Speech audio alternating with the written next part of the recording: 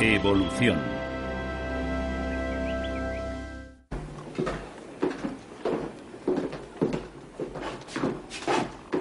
Vamos.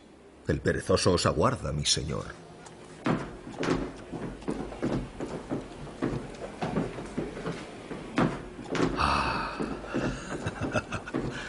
¡Qué magnífico animal! ¿Ras? Desde luego. Owen ha hecho un trabajo excelente. Sin duda es un soberbio espécimen. ¿Eh? Pensé que le gustaría. Vengan y verán mi trabajo.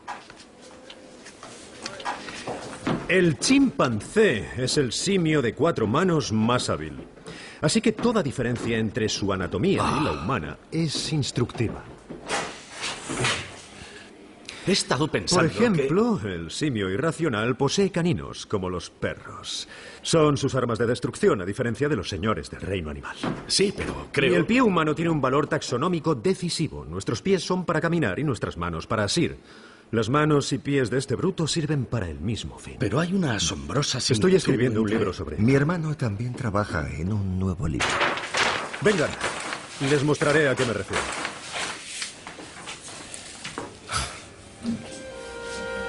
Un mismo patrón. La estructura ósea de manos y pies es prácticamente idéntica.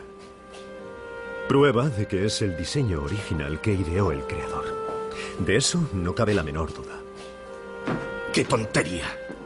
La similitud de la estructura indica solamente una cosa. Hubo un antepasado común. Unos ancestros de carne y hueso. ¿Y por qué no se lo has dicho? Debes publicar tus ideas. Al menos para establecer tu prioridad. ¿Qué te lo impide?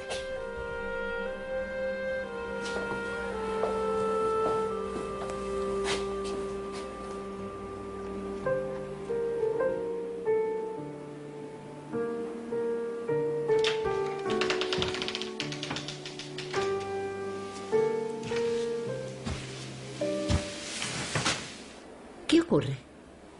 Ya he esbozado mi teoría sobre las especies. Creo que es un gran paso para la ciencia. Si algo llegara a sucederme... ¿Qué quieres decir? Si muriera... ¿Morirte, Charles? Por el amor de Dios. Por favor, querida, es importante. Si algo llegara a sucederme, quiero que te encargues de que se publique.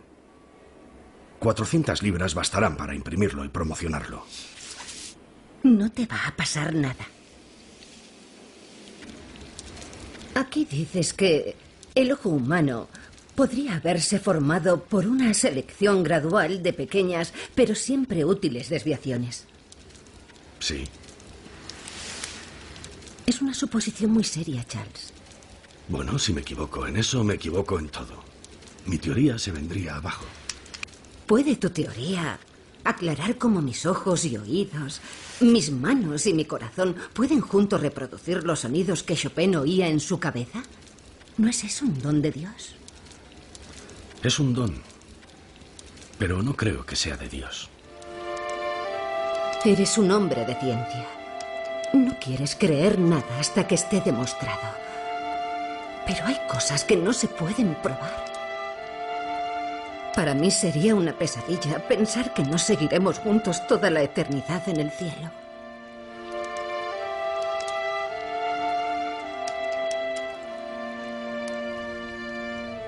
Emma creía sinceramente en el plan cristiano de la salvación y en que aquellos que creían en Jesús y en su resurrección de entre los muertos vivirían eternamente en el cielo. Ella veía que las especulaciones de su marido sobre el origen de las especies y de la humanidad cuestionaba el plan divino de salvación. Dios quedaba en un lugar remoto en el universo de su marido. Porque si la naturaleza por sí sola, sin la ayuda de Dios, podía crear un ojo, ¿qué había que no pudiera hacer? La naturaleza podía hacer cualquier cosa. En los tiempos de Darwin, la mera existencia de un órgano perfecto como el ojo era considerada por muchos como prueba de la existencia de Dios. ¿Cómo si no podían todos los intrincados órganos y subestructuras del ojo haberse combinado de la forma correcta para hacer la visión posible y tan perfecta? Pero resulta que el ojo no es precisamente perfecto. De hecho, contiene profundas imperfecciones ópticas. Y esos defectos son la prueba, en cierto sentido, del origen evolutivo del ojo. Los ojos son imperfectos porque el proceso creador de la evolución no es como el de un diseñador o un artista. La selección natural simplemente favorece cambios aleatorios que hacen a un organismo más apto para sobrevivir. Y las imperfecciones en el diseño a menudo son el resultado de los continuos retoques de la evolución. Una de esas imperfecciones hizo vivir una experiencia traumática a la pintora Valerie Young. Acabábamos de volver a casa de una fiesta y empecé a ver un montón de luces dentro del ojo, concretamente en el borde exterior del ojo derecho. Y pensé, puede que esto sea serio. Tardé un rato en darme cuenta de que aquello ocurría en el interior del ojo. Por suerte mi marido estaba conmigo porque yo no habría podido conducir hasta el hospital. Lo veía todo muy oscuro. La única forma en que puedo describirlo es como una medusa con muchas burbujas muy pequeñas dentro. Aquello no dejaba de girar y flotar delante de mis ojos. Valerie tenía un desgarro retinal. No es un problema infrecuente, debido a la forma en que los ojos humanos evolucionaron a partir de manchas de tejido cerebral sensibles a la luz que tenían nuestros antepasados lejanos. En el embrión humano, los ojos se desarrollan a partir de unos bultos del tubo neural cerebral que se adelgazan formando unas cavidades. La capa superior, la retina, que es la que se desgarró en el ojo de Valerie, contiene células que captan la luz. Esta capa descansa sobre otra, una segunda capa más oscura que recubre el fondo del ojo, pero esas dos capas no están pegadas entre sí. Y cuando la gelatina que llena el ojo se va licuando con la edad, puede provocar un desgarro en la retina. Entonces, esa gelatina se puede introducir en el espacio que hay entre medias, provocando un desprendimiento de retina y, en algunos casos, la ceguera. Cuando llegó Valerie Young, las partículas flotantes en el ojo nos dieron de inmediato la pista de que podía tener un desgarro retinal. Pudimos aplicarle con éxito tratamiento con láser para sellar el desgarro, como si hubiéramos taponado con sacos de arena una presa que se desborda, para evitar que la gelatina vítrea se introdujera por el desgarro y desprendiera la retina. El desgarro retinal de Valerie Young solo es un ejemplo de las imperfecciones de diseño del ojo humano. Otro defecto es que las células nerviosas y los vasos sanguíneos evolucionaron situándose delante de la retina, donde afectan a su capacidad para formar imágenes nítidas. Es como intentar hacer una foto a través de un cristal empañado. Y el nervio óptico evolucionó conectándose con el cerebro a través de un agujero en la retina. Por ello, los ojos de todos los vertebrados tienen un pequeño punto ciego cerca del centro del campo visual. La evolución comienza con lo que ya está ahí y empieza a retocarlo y a modificarlo, pero nunca va a rediseñarlo por completo. Así que incluso el ojo, con toda su perfección óptica, contiene pistas que indican que su origen es el proceso ciego de la selección natural.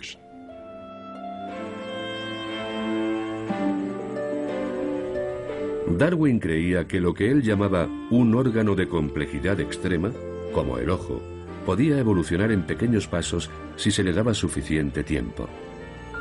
Cualquier rasgo que mejorase la visión supondría una ventaja para la búsqueda de comida, o para el apareamiento, o para evitar a los depredadores. Por tanto, la selección natural seguramente favorecería esos rasgos. Y lo que Darwin hizo fue señalar que, lógicamente, uno podría pensar que es difícil imaginar una serie de pasos intermedios entre un simple grupo de células nerviosas que pueden percibir la luz y un ojo dotado de una lente que forma imágenes complejas. Pero la realidad es que esas formas intermedias existen en la naturaleza. En la Universidad de Lund, en Suecia, el zoólogo Dan Erik Nilsson Ha construido una serie de modelos que muestran cómo un órgano visual primitivo podría haber evolucionado a través de pasos intermedios, hasta formar un ojo complejo similar al humano en menos de 500.000 de años. Hace mucho tiempo que me interesa la evolución del ojo. Y en particular, me interesa la cuestión de cuánto tiempo habría tardado el ojo en evolucionar. Nilsson ha concebido una secuencia de pasos mediante los cuales una mancha de células sensibles a la luz en la piel de un animal podría haber evolucionado hasta formar un ojo similar a una cámara. En un primer paso, la naturaleza habría favorecido cualquier cambio que diera a esa mancha plana una forma cóncava. En cuanto se crea la más ligera depresión en el centro, el efecto es que los bordes de ese cuenco atenúan la luz de ciertas partes del entorno. Así pues, no todas las células fotosensibles de este pequeño cuenco medirán la luz exactamente con la misma intensidad, de modo que este cuenco ya genera cierta información gráfica. Otro modelo demuestra lo que un ojo primitivo en forma de cuenco puede hacer. Los cráneos iluminados forman una imagen en una pantalla translúcida que Nilsson ha instalado detrás del cuenco, haciendo las veces de retina. Pero la imagen apenas está definida. El ojo en forma de cuenco no puede hacer mucho más que detectar movimientos. Este tipo de ojo se encuentra en la naturaleza actualmente, en los platelmintos. Sus ojos no han evolucionado más. En su entorno es todo cuanto necesitan. Pero si los animales necesitan moverse más rápido o evolucionar para convertirse en depredadores veloces o para detectar a depredadores veloces, entonces el órgano tiene que mejorar. Y una forma de conseguirlo es estrechar la abertura para que sea más pequeña.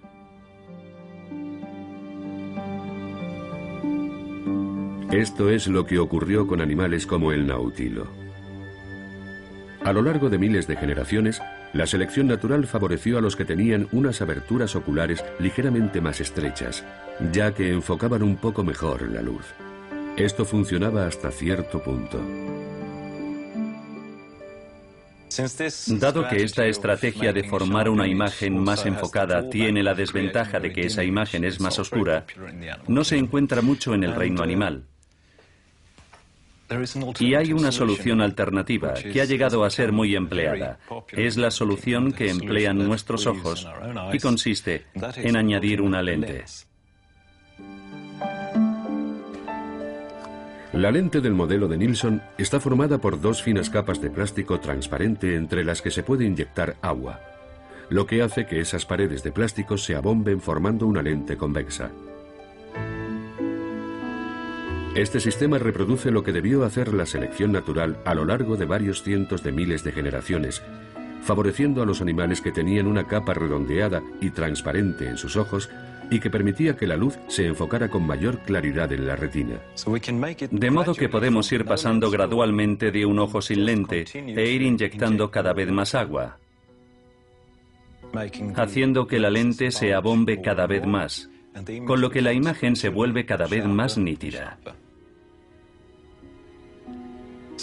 Así podemos pasar gradualmente desde un ojo simple pigmentado con forma de cuenco, que apenas tiene la capacidad de determinar la dirección de la fuente de iluminación, hasta un ojo complejo como una cámara similar a las que tenemos nosotros. Y así debió ser exactamente la forma en la que se produjo la evolución del ojo.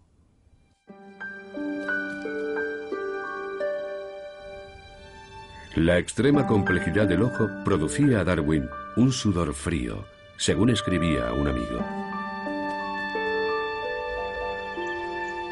Pero seguía estando convencido de que un ojo podía ser obra de la selección natural. Más adelante escribió que los ojos debían de haber evolucionado en numerosas gradaciones desde un órgano simple e imperfecto a otro complejo y perfeccionado, y que todos los grados intermedios debieron de ser útiles a sus poseedores. La naturaleza, sin necesidad de un diseñador, podía producir un órgano de una complejidad aparentemente milagrosa.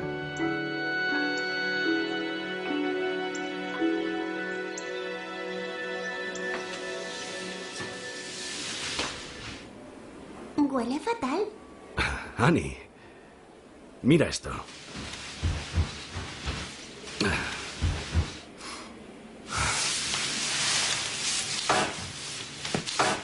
Cuando empecé a observarlos, pensé que muchos percebes tenían pequeños parásitos. Son animales o plantas que viven en otro animal o planta y que se alimentan de él, como el muérdago en un manzano. Pero no lo eran. ¿Sabes lo que son? No. Se trata de pequeños padres. Las madres llevan a los pequeños papás a su alrededor, colgando de los faldones.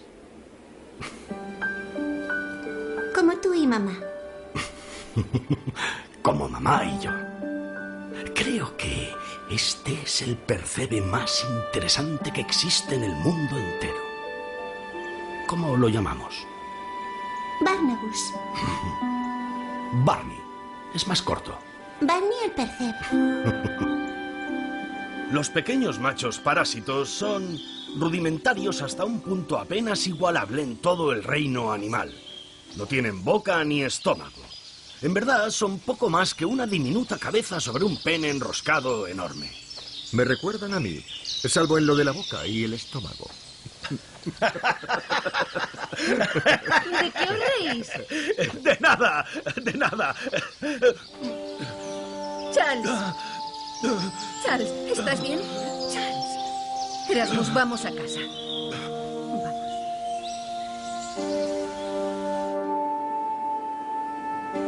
¿Por qué trabajas tanto con tus horrendos moluscos? Uf. No son horrendos moluscos, son horrendos crustáceos. Y tengo horrendas palomas y lombrices también. Me aportan las pruebas que necesito para mi teoría.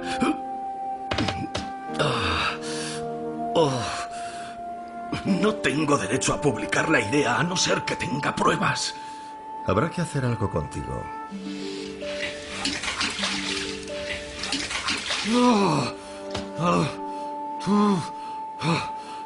Su dolencia estomacal es de origen nervioso.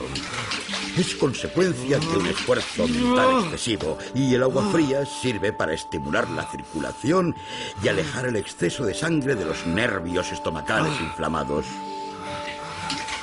Nada de azúcar, ni sal, ni bacon, ni alcohol, ni tabaco. De hecho, cualquier cosa agradable está prohibida.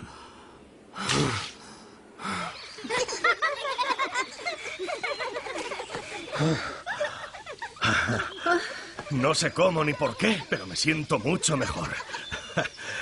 Miro a mi alrededor y no me importa lo más mínimo cómo fue creado nada de esto. ¡Niños! El último en llegar a casa es un budín de arroz. William, serás el último. Vamos, corred, rápido. Vamos, Eti. Dios mío. ¡Annie! ¡Espera! ¡No seas tramposa! ¡Espera!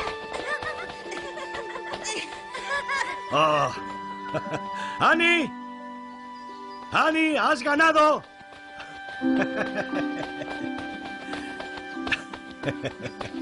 Ven aquí, cariño. Annie, mi querida niñita. Annie. Vamos. Sí, vamos.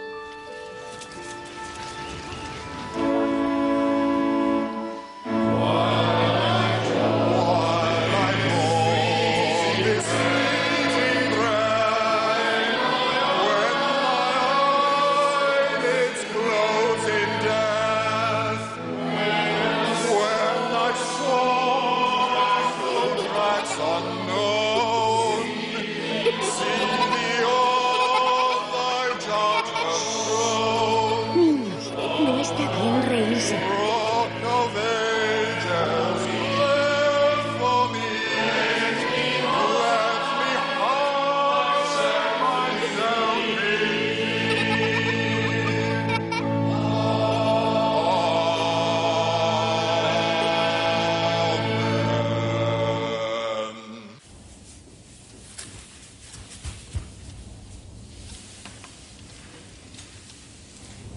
Papá, Annie me ha despertado. Annie me ha despertado.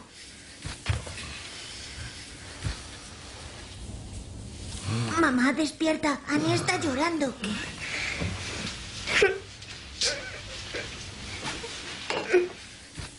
Oh, no. ¿Qué te pasa, cariño? ¿Qué ocurre? ¿Te duele la cabeza?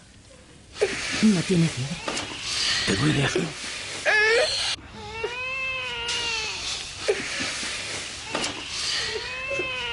No pasa nada, cariño. Te pondrás bien.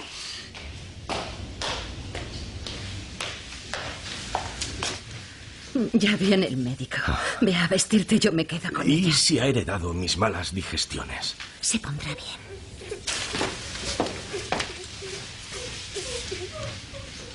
Pobrecita mía.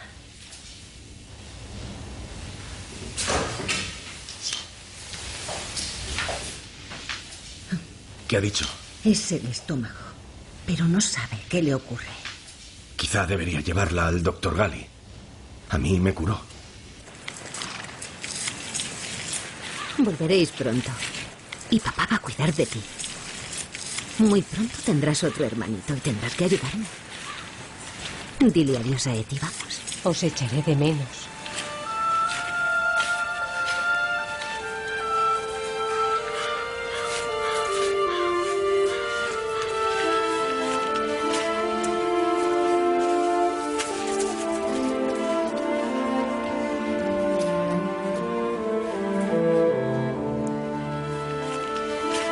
Incorpórate. Vamos, cielo, tómate un buen sorbo de esto. Eso es, buena chica. Muy buena niña. Rápido. Está bien. Está bien. Túmbate. Túmbate. Muy bien. Muy bien, mi niña. Está tan débil. No puede hacer usted nada. Solo se puede rezar. Es por mi culpa. Los hijos de dos primos hermanos son débiles. Es por mi culpa.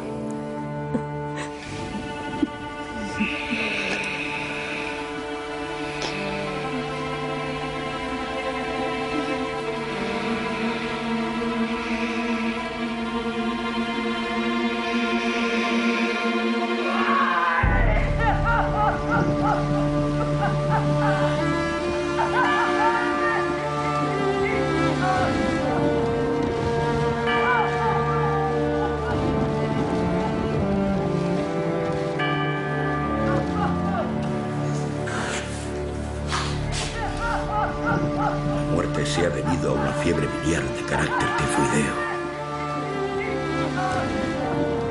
El Señor nos lo da. El Señor nos lo quita. ¡Por favor! ¡Déjeme!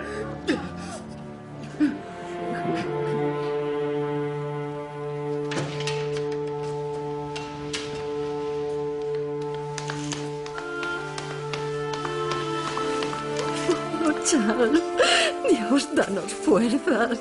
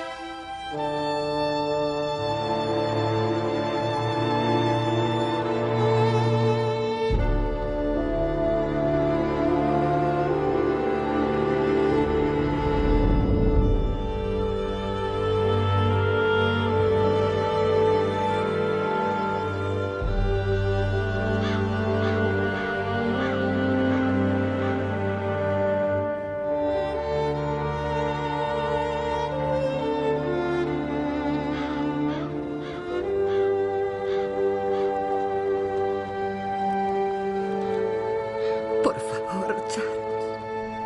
Por favor. Vamos, niños.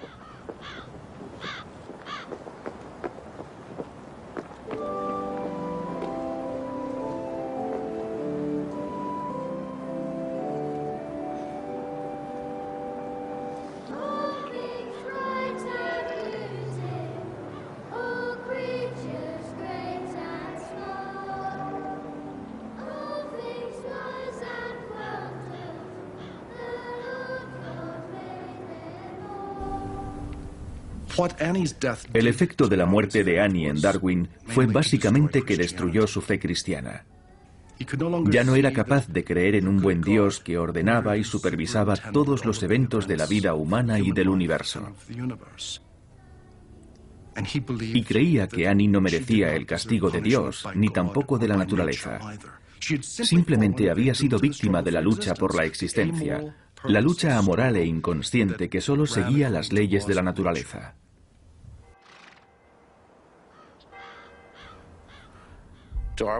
Desde luego, Darwin no pensaba que la evolución hablara a favor o en contra de la indemostrable existencia de Dios o de una entidad divina. Él no quería sembrar la duda en las convicciones religiosas de nadie. Para él era una cuestión personal que ya no fue capaz de mantener con el convencimiento habitual después de la gran tragedia de su vida.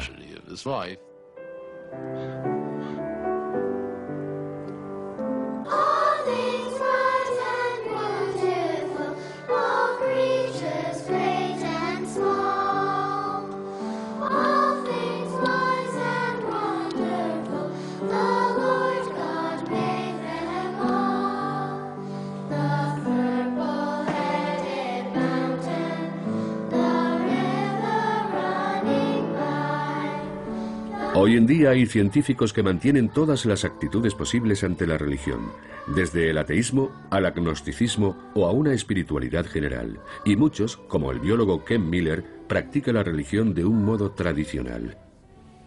Yo soy católico ortodoxo y soy darwinista ortodoxo. Mi idea de Dios es la de un ser supremo que actúa de acuerdo con los principios y las ideas que Darwin nos explicó sobre el origen de las especies. A menudo mis alumnos me dicen, usted dice que cree en Dios, pero ¿en qué clase de Dios? ¿Un Dios moderno, tipo New Age? ¿Un poder divino de tipo piramidal? ¿Cree, como algunos científicos, que Dios es la suma de todas las leyes de la física? Y yo les digo que mis creencias religiosas son totalmente convencionales.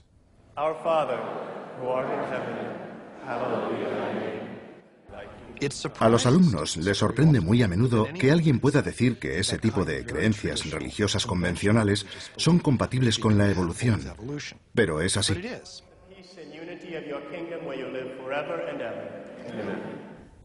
Me parece que es absoluta y maravillosamente coherente con lo que yo entiendo del universo a partir de la ciencia y lo que entiendo del universo a partir de la fe. El mejor programa de radio de actualidad en la mañana de Tennessee. Las mañanas del Hallering Hilton Hill en News Talk 99. WNOX AM/FM desde Loudon, Knoxville. Pasan 2 minutos de las 6 y es un placer dar la bienvenida al programa esta mañana al Dr. Kenneth Miller, profesor de biología en la Universidad de Brown. Su libro se titula Buscando al Dios de Darwin, la búsqueda de un científico de un terreno común entre Dios y la evolución. Quiero hacerle una pregunta. Como biólogo celular, según su experiencia, cuando está estudiando algo, o leyendo algo, o haciendo alguna investigación, ¿cuándo llega a un punto en que piensa, ahí está Dios? Como científico experimental, no encuentro a Dios en la incapacidad de la ciencia para explicar algunas cosas.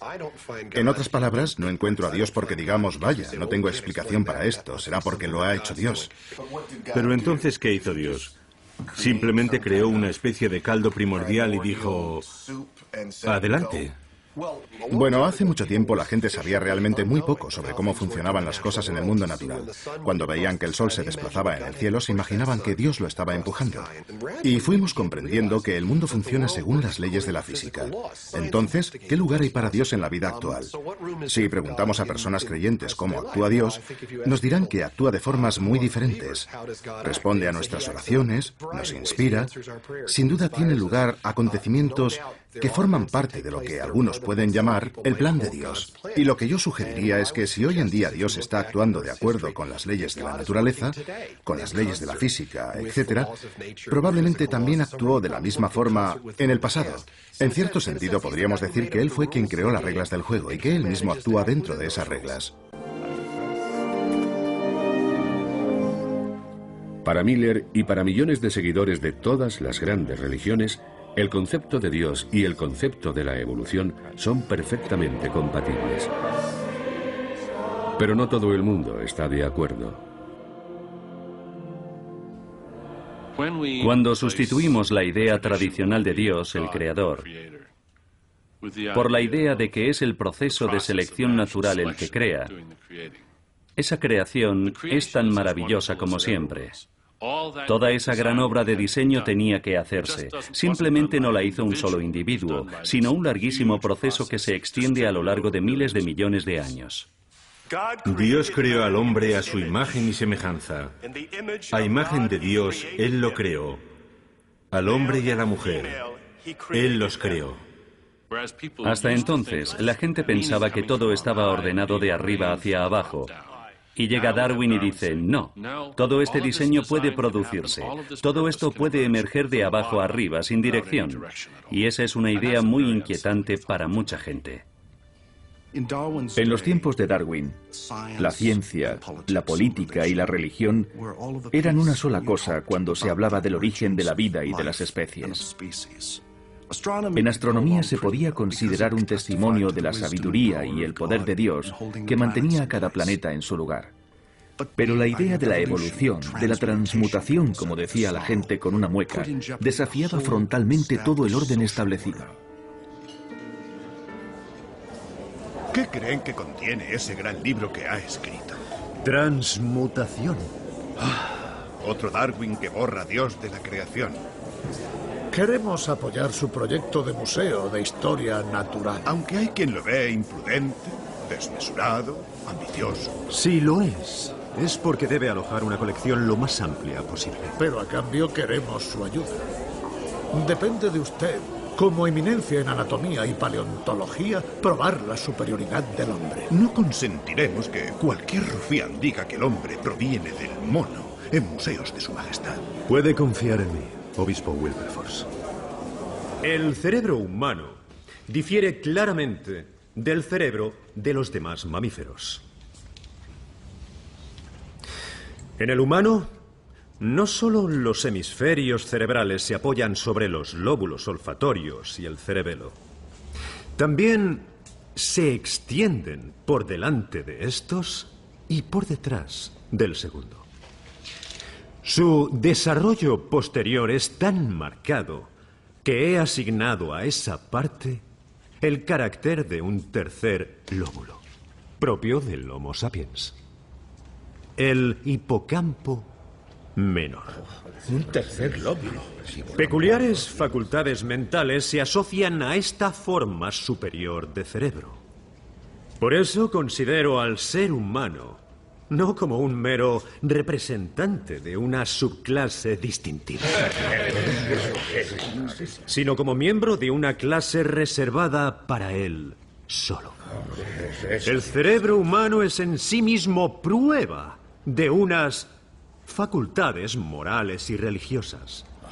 Tales son los dones que nosotros, y solo nosotros, poseemos.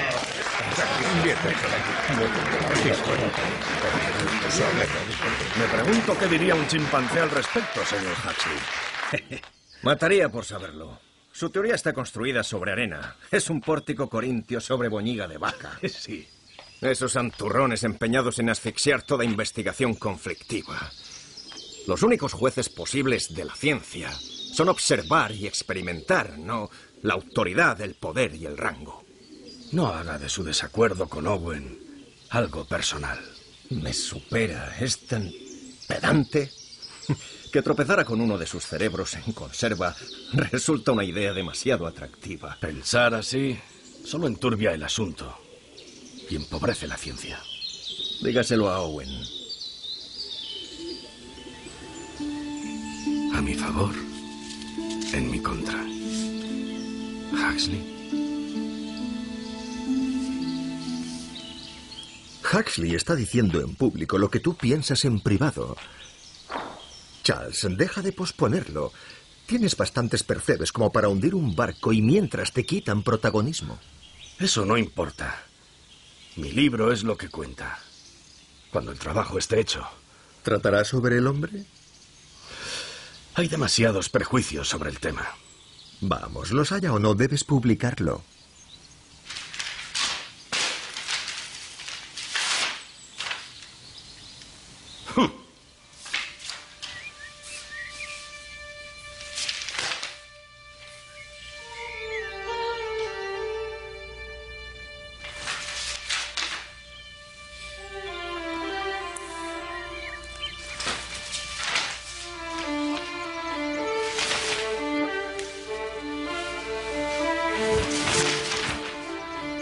Dios mío.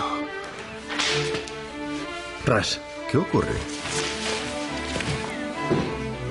La tendencia de las variedades a apartarse del original. ¿Quién es Alfred Wallace? Mi querido Huxley, es un resumen de mi teoría. Mi originalidad en lo que pudiera valer, destruida. Si Wallace hubiera tenido una copia del ensayo que escribí en el 44, no lo habría resumido mejor. Variaciones impulsadas a alejarse cada vez más de la especie madre en su lucha por existir. La superpoblación. Está todo. ¿Se puede publicar ya su libro? ¿Publicar? ¿Cómo publicarlo con honor? Lo quemaría antes que dejar que él o ningún otro piense que actúo con mezquindad. Publique un trabajo conjunto, extractos de su obra junto al ensayo de Wallace. Pero debe preparar un manuscrito para publicarlo. ¿Quién sabe? Quizá esto sea para bien. Por fin podremos conocer en detalle sus teorías.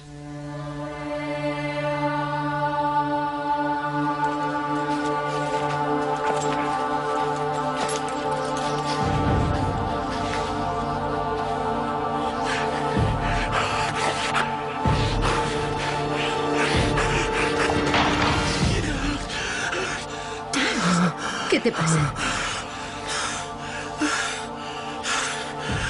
Este libro va a acabar conmigo.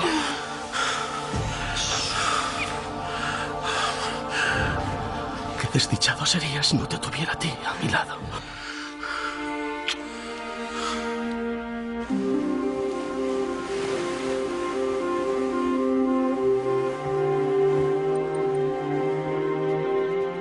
En mis viajes a bordo del HMS Beagle como naturalista, me llamaron poderosamente la atención ciertos hechos sobre la distribución de los seres orgánicos que habitan América del Sur y sobre las relaciones geológicas entre los presentes y los pasados habitantes de dicho continente.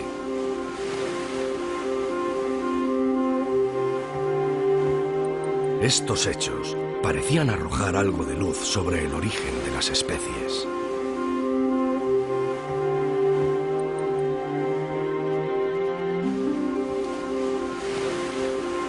Ese misterio entre los misterios.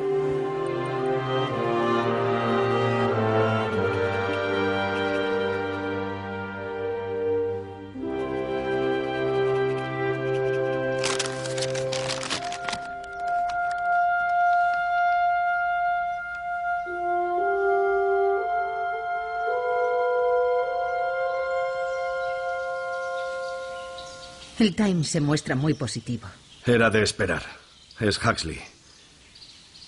El Atheneum quiere expulsarme. Y el Divinity Hall, la universidad, la biblioteca y el museo. Mi libro es poco ortodoxo porque el tema lo requiere. Pero no hablo del origen del hombre. Ni discuto el Génesis. Charles, no seas tan ingenuo. Dejas claro que crees que el hombre no es una excepción. Pero tanto si tienes razón como si no. Tienes que terminar lo que has empezado.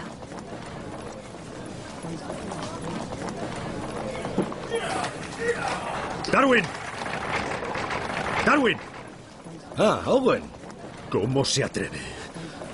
¿Cómo se atreve a tacharme de reaccionario? Yo no le he tachado de ¿Qué reaccionario? me nombra entre los defensores de la inmutabilidad e ignora mi concepto de la continuidad ordenada en la creación de seres vivos? ¿Pero qué significa? No sé lo que significa. ¿Significa? Supone que los animales aparecen por arte de magia. En absoluto.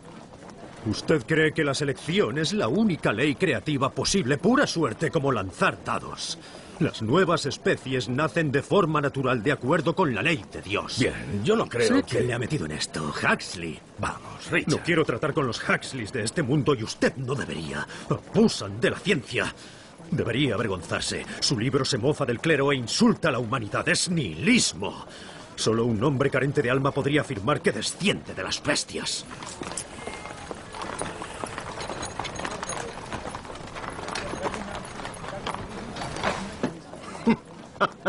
Bueno, es tan respetable ser un mono modificado como provenir del polvo. Huxley, por favor. No, si es espléndido. Las viejas de ambos sexos dicen que es un libro peligroso.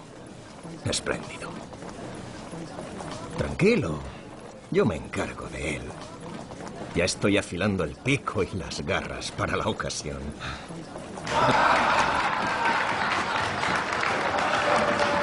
Gracias. Ven. Cualquier contribución a nuestra historia natural de la pluma de Charles Darwin solo busca llamar la atención. Su última publicación, El origen de las especies, es obviamente la que él mismo considera como la obra en la que su futura fama deberá fundarse. El señor Darwin afirma que todo ser vivo, todo pez, planta, hongo, mosca, elefante, hombre o nabo, son todos por igual descendientes lineales del mismo antepasado común. Una idea que es absolutamente incompatible con el Verbo de Dios. El hombre fue creado a imagen de Dios y redimido por su Hijo nuestro Señor. La selección natural es una ingeniosa teoría para negar la obra y, por tanto, la existencia de nuestro Creador. De hecho, el cerebro humano difiere claramente del de otros mamíferos. Desgraciadamente, mi lord obispo, está usted mal informado. Es intolerable. Si lo juzgamos como jueces sin prejuicios, tenemos que admitir que existe tan poca distancia como animales entre el gorila y el hombre, como la hay entre el gorila y el babón. Es la capacidad de hablar tan solo y no un supuesto don espiritual lo que hace al hombre un ser racional. Esa es la fuente de nuestro progreso intelectual ilimitado, pero ello no contradice el hecho de que, hasta en la raíz y origen de su naturaleza, el hombre es uno con el resto del mundo orgánico.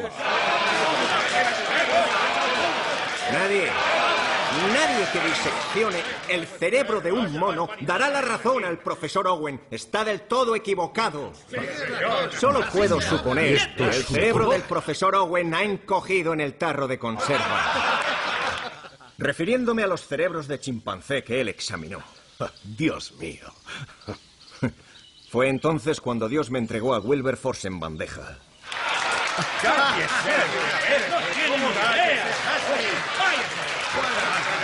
Me pregunto, señor Huxley, si es por parte de su abuelo o de su abuela por la que cree descender de un simio.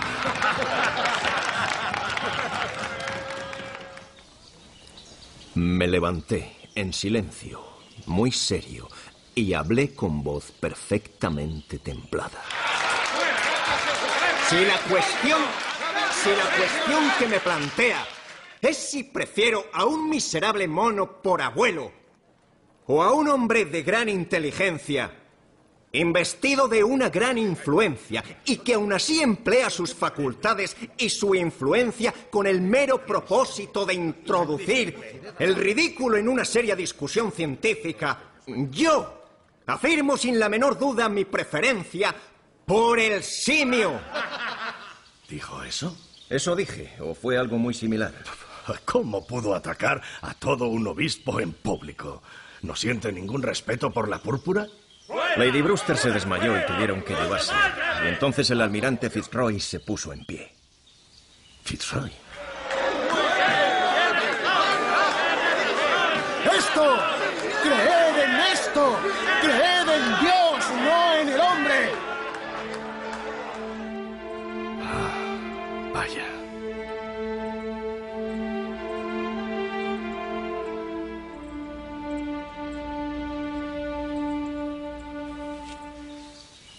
Probablemente nunca sabremos la verdad. La verdad, Charles, está en tu libro. Es lo más interesante que he leído en mi vida. Tus razonamientos son tan plenamente satisfactorios que... si los hechos no encajan, pues bien. Lo siento mucho por los hechos. Temblores. Llega la hora de mi selección natural.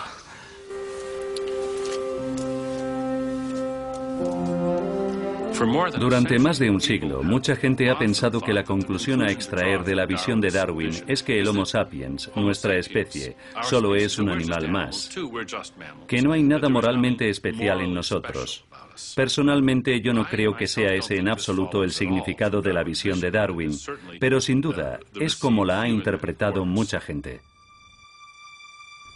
Desde que se publicó El origen de las especies, los seguidores estrictos del creacionismo bíblico han atacado la visión de Darwin. Y sus objeciones no van dirigidas simplemente a la ciencia de la evolución. Según muchos, lo que está en peligro es nada menos que el alma humana. Sugerir que los animales y las plantas y nosotros, los humanos, habíamos sido creados por leyes naturales comparables a las que mueven los planetas, era poner en cuestión el alma humana. Y el alma humana es el quid de la cuestión, porque si no somos diferentes de los animales y no vamos a vivir eternamente en el cielo o en el infierno, ¿por qué vamos a comportarnos de forma diferente a los animales en esta vida? En el siglo XIX, en los tiempos de Darwin, era una audacia afirmar que los humanos y los chimpancés estaban estrechamente relacionados. No había apenas datos científicos. Pero desde entonces hemos encontrado muchas pruebas. Primero vimos aparecer las pruebas fósiles, restos de antepasados humanos que tenían rasgos simiescos y que hacían plausible la idea de que los humanos y los chimpancés teníamos ancestros comunes. Pero en los últimos 20 años hemos visto emerger una nueva clase de datos que han demostrado que existe una relación muy estrecha entre chimpancés y humanos. Y viene del análisis del ADN. Esto es ADN. Nosotros tenemos ADN. Los chimpancés, las bacterias, las petunias, los cangrejos tienen ADN. Todos los seres vivos, animales, plantas, peces, ranas, todos tenemos ADN.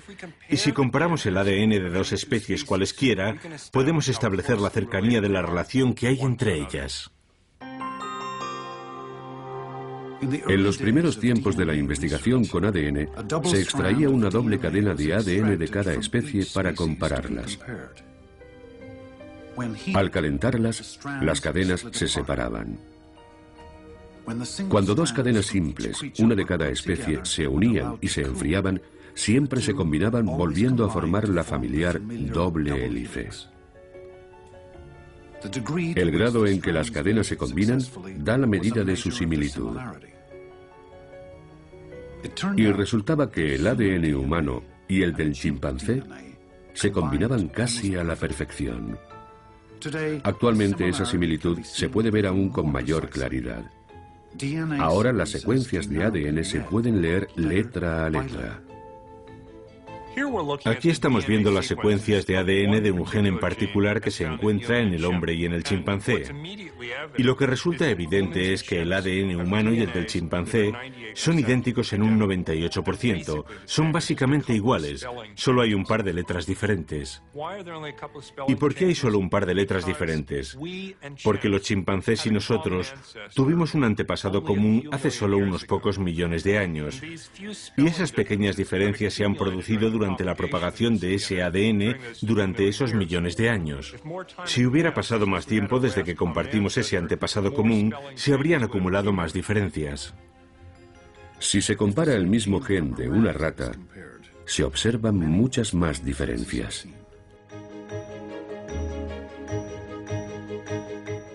Es porque nuestro antepasado común con la rata vivió hace unos 80 o 100 millones de años, y ha habido mucho más tiempo para que se acumulen diferencias entre los genes.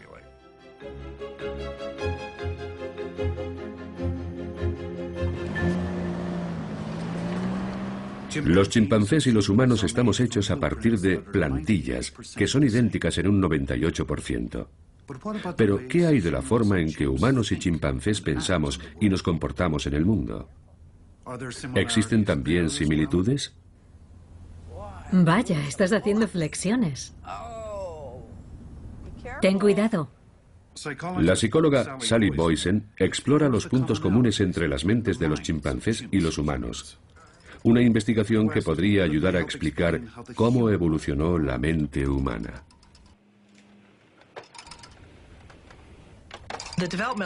Los hitos en el desarrollo mental de los chimpancés son casi exactamente iguales a los de los humanos. Todo es muy similar. Responden a las cosas nuevas, a los juguetes nuevos, y se pelean jugando exactamente igual. Harper hace el bruto y corre y trepa por todas partes. Y Emma casi se entretiene ella sola. Ven aquí. Ven aquí. ¿Qué es eso? ¿Qué es? Una de las cosas que nos permite comprobar nuestro trabajo es si los chimpancés pueden adquirir habilidades cognitivas sofisticadas y complejas. Como aprender a contar, algo que normalmente no aprenderían viviendo en la selva. 1, 2, 3, 4, 5... Y sin embargo, tienen la capacidad neural necesaria para hacerlo. ¿De dónde ha salido eso? Muy bien, Sid. Vamos a hacer otro ejercicio. Vamos allá. Uno de estos. Y una bola de leche malteada. ¿Puedes decirme la solución a esto con el azul y el marrón? Enséñamelo. Eso es. Vamos. Estupendo. No hay casi nada que hayamos intentado enseñar a los chimpancés que no hayan aprendido.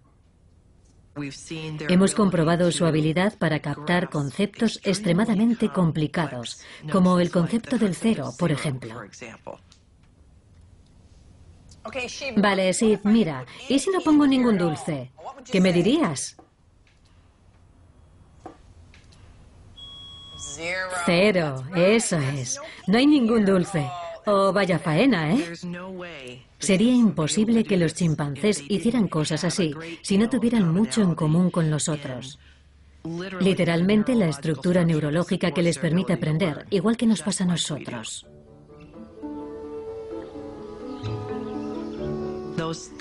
Esas cosas son absolutamente comparables y tienen que venir de un antepasado común.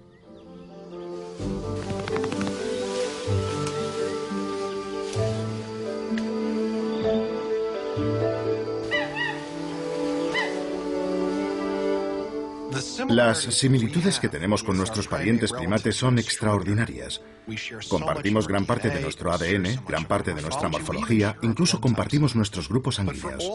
Pero a pesar de esas similitudes, hay diferencias notables. Creo que la razón es realmente muy simple. Y es la línea evolutiva que ha llevado hasta nosotros.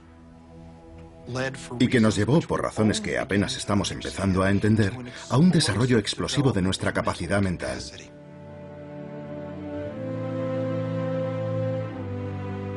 Y lo que ocurrió claramente fue que la selección natural favoreció la evolución de los organismos que podían comunicarse, que podían manipular símbolos y que podían construir lenguajes.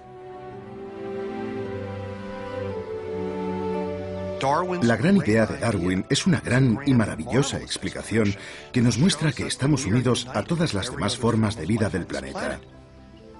Y eso me parece muy emocionante y quizá una forma muy ennoblecedora de ver las cosas.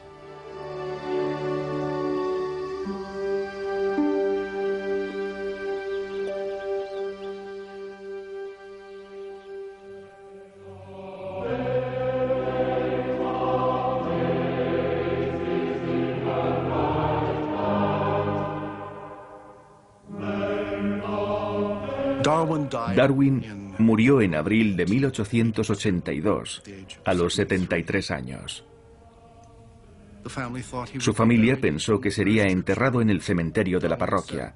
Darwin había dicho meses antes de morir que era lo que deseaba porque le parecía el lugar más hermoso de la Tierra. Pero no iba a ser así.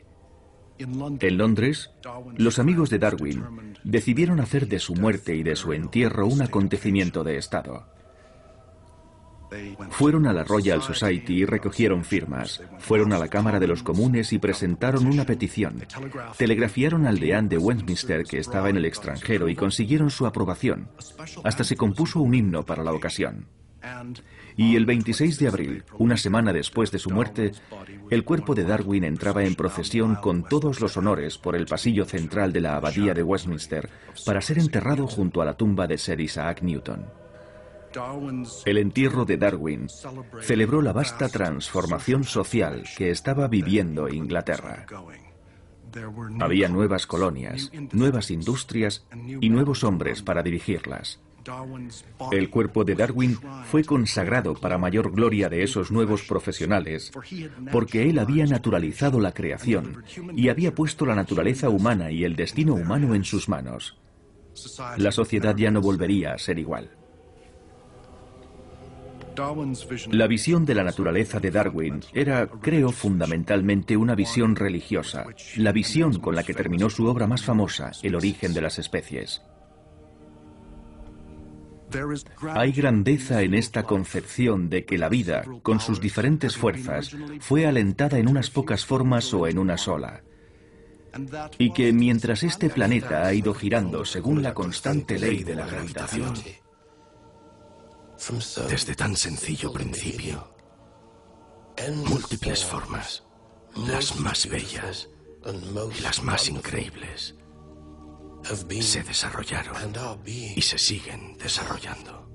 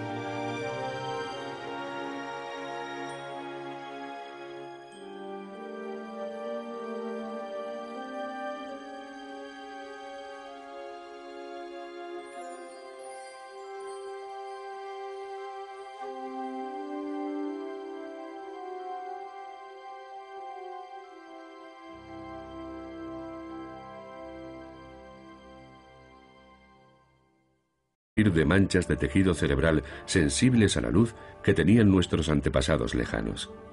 En el embrión humano, los ojos se desarrollan a partir de unos bultos del tubo neural cerebral que se adelgazan formando unas cavidades. La capa superior, la retina, que es la que se desgarró en el ojo de Valerie, contiene células que captan la luz. Esta capa descansa sobre otra, una segunda capa más oscura que recubre el fondo del ojo, pero esas dos capas no están pegadas entre sí. Y cuando la gelatina que llena el ojo se va licuando con la edad, puede provocar un desgarro en la retina. Entonces, esa gelatina se puede introducir en el espacio que hay entre medias, provocando un desprendimiento de retina y, en algunos casos, la ceguera. Cuando llegó Valerie Young, las partículas flotantes en el ojo nos dieron de inmediato la pista de que podía tener un desgarro retinal. Pudimos aplicarle con éxito tratamiento con láser para sellar el desgarro, como si hubiéramos taponado con sacos de arena una presa que se desborda, para evitar que la gelatina vítrea se introdujera por el desgarro y desprendiera la retina. El desgarro retinal de Valerie Young solo es un ejemplo de las imperfecciones de diseño del ojo humano. Otro defecto es que las células nerviosas y los vasos sanguíneos evolucionaron situándose delante de la retina, donde afectan a su capacidad para formar imágenes nítidas. Es como intentar hacer una foto a través de un cristal empañado. Y el nervio óptico evolucionó conectándose con el cerebro. Es una suposición muy seria, Charles. Bueno, si me equivoco en eso, me equivoco en todo. Mi teoría se vendría abajo. ¿Puede tu teoría aclarar cómo mis ojos y oídos, mis manos y mi corazón pueden juntos reproducir los sonidos que Chopin oía en su cabeza? ¿No es eso un don de Dios? Es un don, pero no creo que sea de Dios. Eres un hombre de ciencia. No quieres creer nada hasta que esté demostrado. Pero hay cosas que no se pueden probar. Para mí sería una pesadilla pensar que no seguiremos juntos toda la eternidad en el cielo.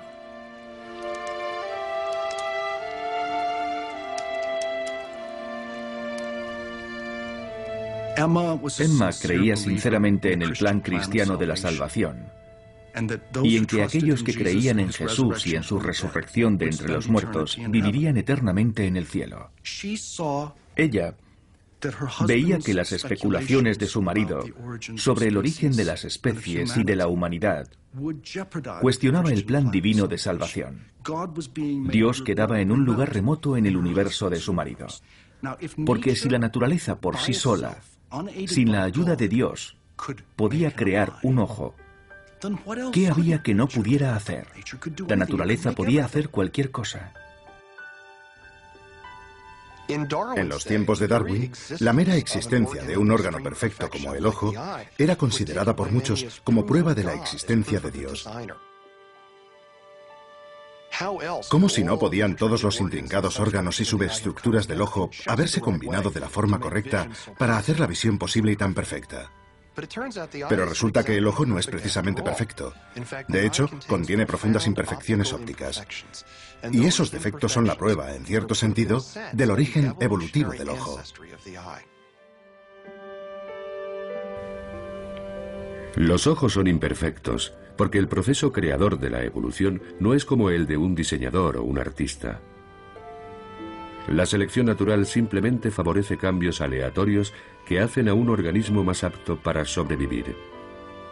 Y las imperfecciones en el diseño a menudo son el resultado de los continuos retoques de la evolución. Una de esas imperfecciones hizo vivir una experiencia traumática a la pintora Valerie Young. Acabábamos de volver a casa de una fiesta y empecé a ver un montón de luces dentro del ojo, concretamente en el borde exterior del ojo derecho. Y pensé, puede que esto sea serio. Tardé un rato en darme cuenta de que aquello ocurría en el interior del ojo. Por suerte mi marido estaba conmigo porque yo no habría podido conducir hasta el hospital.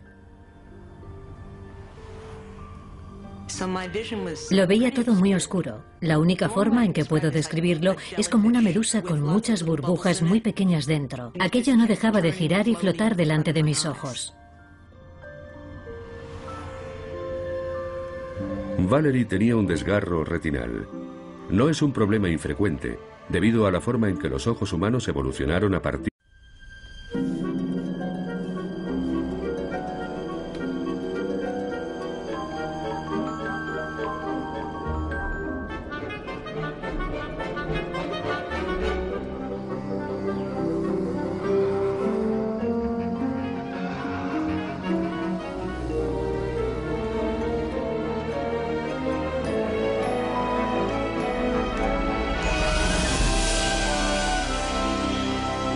Evolución.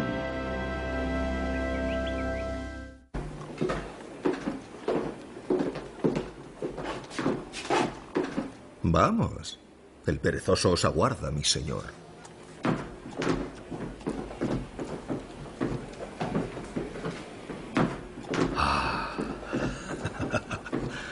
¡Qué magnífico animal!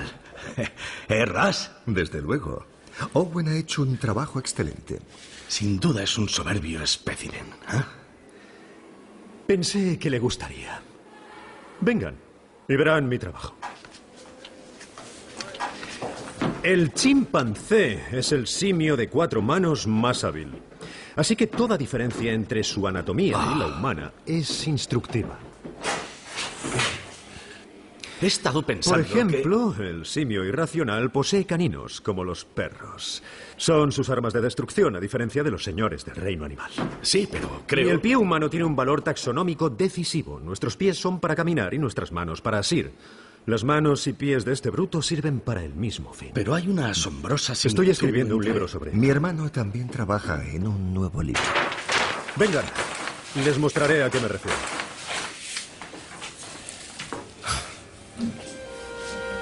Un mismo patrón. La estructura ósea de manos y pies es prácticamente idéntica.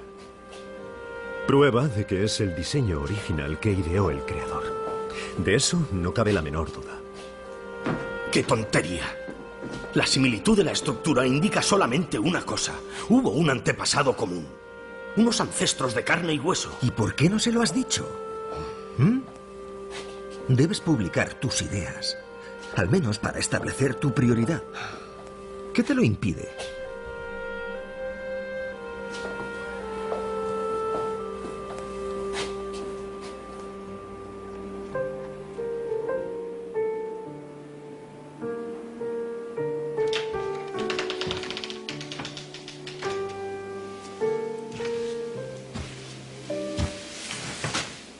¿Qué ocurre?